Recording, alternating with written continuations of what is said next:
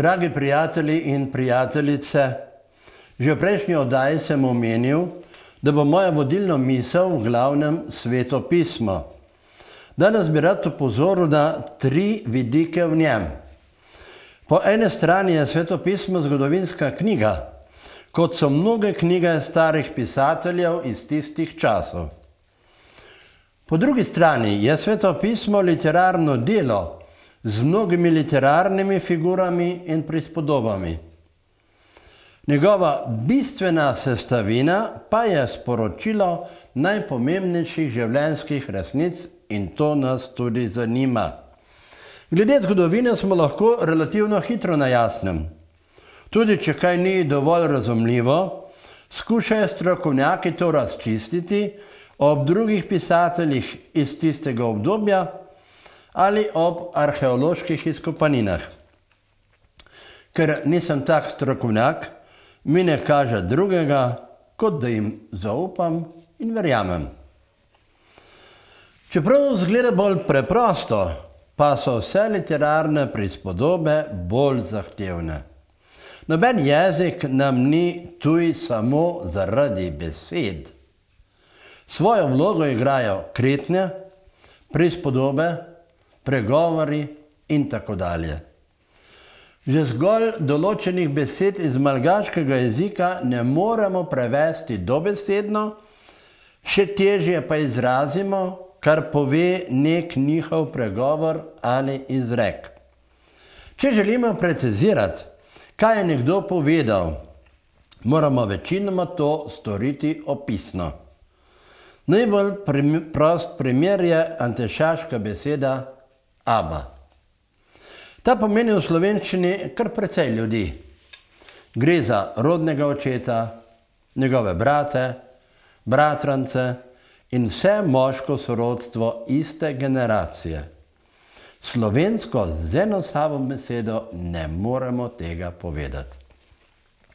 Nekaterim dela preglavice češ, da je Jezus imel tudi brate in sestre, saj piše v Svetem pismu, tvoja mati in tvoji bratje te iščejo.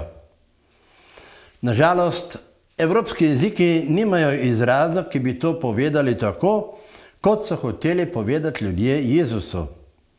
Po moji sodbi bi prevod bil veliko bolj razumljiv za naš način razmišljanja, če bi rekli, tvoji sorodniki te iščejo. Tudi ta ne bi povedal natanko tistega, kar so povedali oni. V vseh teh prispodobah pa je tretji vidik, nauk, ki ga želijo povedati. Meni je prav malo mar, če je Bog Adamu res vzel rebro, da mu je dal ženo.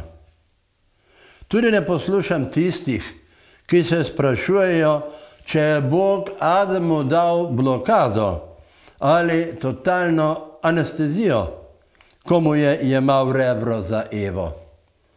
Zame je odločilen nauk te zgodbe. Adam in Eva sta mož in žena in njuna vez je neločljiva. To je glavni pomen te prispodobe. Če se izrazim svetopisemsko, ste vse žene narejene iz rebra vašega moža. Če bi to vzeli tako, kot je mislil Bog, bi nobenemu od vaju ne prišlo na kraj pameti, da bi kadarkoli bila drugemu nezvesta, ločitev zakona bi za vaju bil nesmisel. Na Madagaskarju je po običajih ločitev zakona dokaj preprosta, če med njima ni več ljubezni. O tem sem se pogovarjal tudi z mladimi. Ko iščeš dekle, se vedno vprašaj, ali si jo želiš samo za svojo ženo, ali tudi mater svojim otrokom. Sem jim večkrat rekel. Vsi so bili enotnega mnenja, da bi kljub temu bilo lepše, ko bi ati in mami živela skupaj. Kar precej od teh mladih si je zaradi naših podobnih razmišljanj ustanovilo stabilno družino. Glejte, kako daleč nas je v razmišljanju pripeljala prispodoba o Adamovem rebru. Malgaši imajo veliko prigovorov, ki govorijo v prid nerazvezljivosti zakona. V rezervi pa imajo tudi take, ki jih usmerijo na svoj mlin, če želijo opravičiti zakonsko ločitev. Adamovo rebro ni le prispodoba ali božja zahteva, češ nikakor ne smeta iti narazen. To zahtevo vzemimo najprej kot izraz plemenite želje strani Boga. Človeka, moškega in žensko, bi Bog rad osrečil v lepoti družinskega življenja. Prepričan sem, da tudi v Zasavju najdemo srečne družine, morda še toliko bolj srečne, če je v njih več otrok. Njihovo ekonomsko življenje je lahko dosti težje, kar pa ne bi smelo vplivati na srečo. Marsikdaj sem na Madagaskarju videl, kako so starši in otroci bili srečni, ko so skupaj prenašali življenjske stiske in lepe trenutke.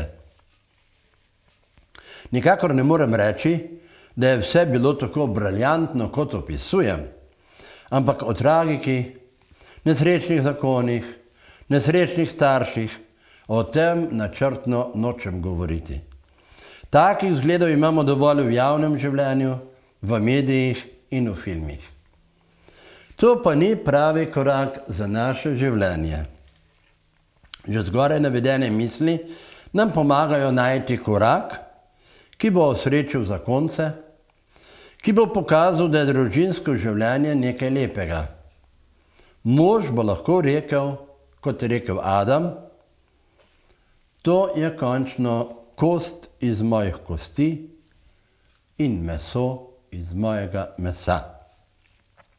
Veličino in srečo zakonske zveze med možem in ženo v stari zavezi visoka pesem primerja celo z ljubeznijo Boga do človeka. Jaz sem svojega ljubega in moj ljubi je moj, med lilijami pase. Ne iščimo zakonov in predpisov, ki baje naj bi osrečili zakonsko življenje. V to smer odprimo svoja srca. Recimo skupaj z voditeljem nekega televizijskega kviza, kako kratkotrajni so užitki kar tako mimogrede. O, kako nekaj lepega je ljubiti. Kako so blaženi tisti, ki živijo srečno družinsko življenje. Lepo vas pozdravljam.